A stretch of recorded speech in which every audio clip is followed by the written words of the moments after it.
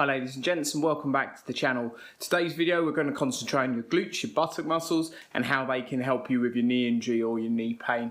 Don't forget to subscribe to the channel. It's down in that corner if you want to give us a subscribe. This channel is going to help you recover from your knee injuries as well as any other injuries that you might have as well. If you've got any comments, leave them below. If you found this video helpful, please share it with others. Apart from that, let's get going with the video.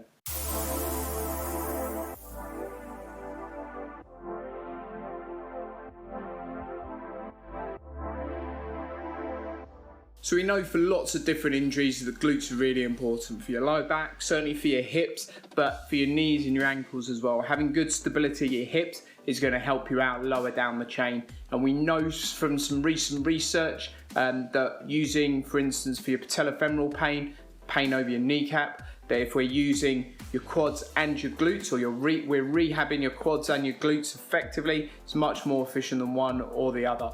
So if we do too much quad loading, not enough glute loading, then we're gonna not have the most effective rehab we have. If we do lots of glute loading, we know that we can get some really good improvements in both pain and function when we're doing things. So working our glutes is really important.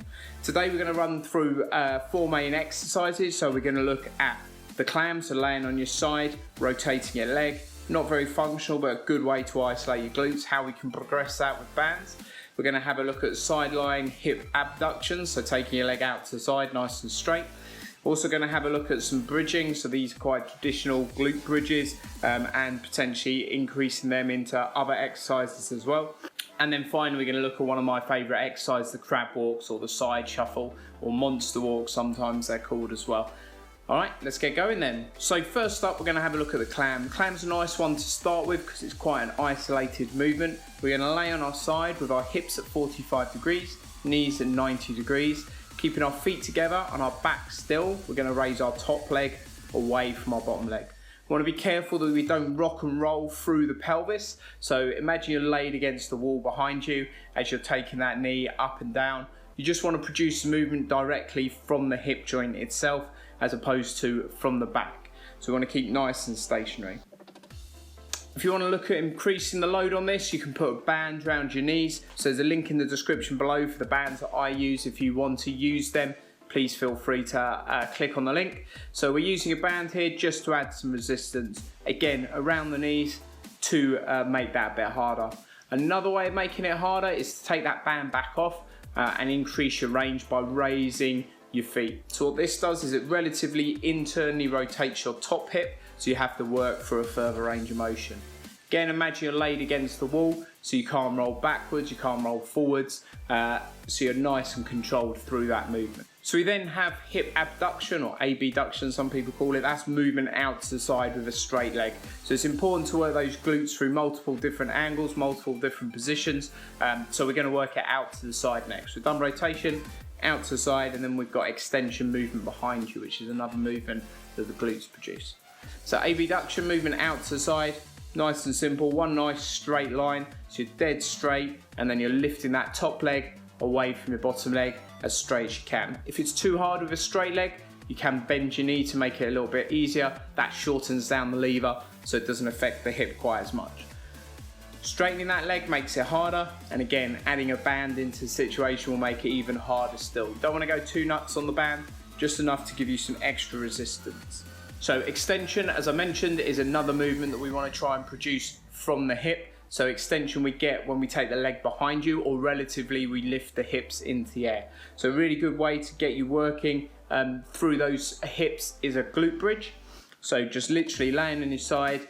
Really important to try and tilt your pelvis backwards, squeeze your glutes, and actively try and squeeze your sitting bones together. So that's quite a soft and fluffy term, so if you're not a soft and fluffy person, apologies for the crudeness, but think about squeezing your bum cheeks as hard as you can together. Imagine there's a £50 note between your cheeks, don't let it drop on the floor, keep it nice and tight. So squeeze up, hold for a couple of seconds, lower back down. Should feel this in your glutes, and a bit of a stretch through the front of your thighs as well, certainly if you're doing it. So to make this harder, we can do it on one leg. One leg might be too hard to start with, so what sometimes I teach is to go up into 2 legs, take one leg away, put one leg back in, and then lower back down on 2 legs, and then repeat, but just do the same on the other leg. If we're taking that leg away, we want to keep that hip or that pelvis nice and solid all the way through. And the same if we're doing just a single leg bridge up and down.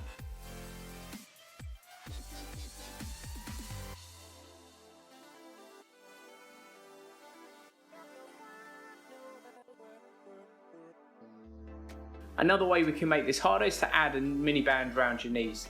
What this does is you're pushing out gently against the band to keep the tightness on it, which just gets a few more of your glutes firing than just your glute max, which does extension, gets glute med working as well. So you want to make sure that your knees are hip distance apart when you're using the band. And as I said before, gently pushing out into the band, just to make sure we're working those glutes. Again, because of the position with the knees bent, having it just above the knees is important to make sure we're working the glutes. Don't let your knees fold in.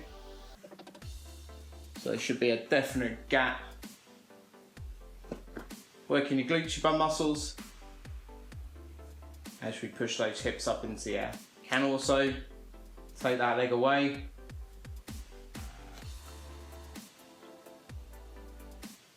Which really increases the activity in those hips.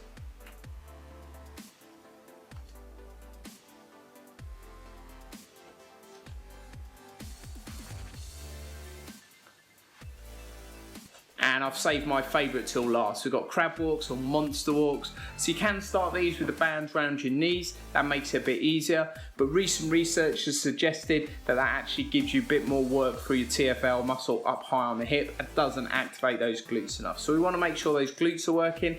So the lower down you can have this, the better. Again, that piece of research suggested actually having it around your feet is the best position to have it. So that's what I'm demonstrating here. So you want to take up an athletic stance, so soft knees, not a real big squat to start with, that's a way of progressing it, but an athletic stance, so you're ready to play your sport, bit on your toes, and then you're taking those side steps. Again, you should feel your glutes really working with this. If you're finding it's quite easy, then lower down into a little bit more of a squat, and then as you lower that a little bit further, you're going to get some of those quads firing as well, and you're going to get a bit more glute activation. So small little steps for this, don't need big ones. Keep the tension in the band throughout. Again, if you're just doing that mini one, chest up, with a small bend in the knees. So you'll see this from a side on position. So you still want that athletic ready position. Keep the tension in the band, chest up.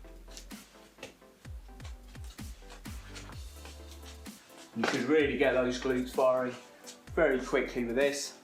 If you're feeling good in that position, as I mentioned, you can go into a bit more of a squat.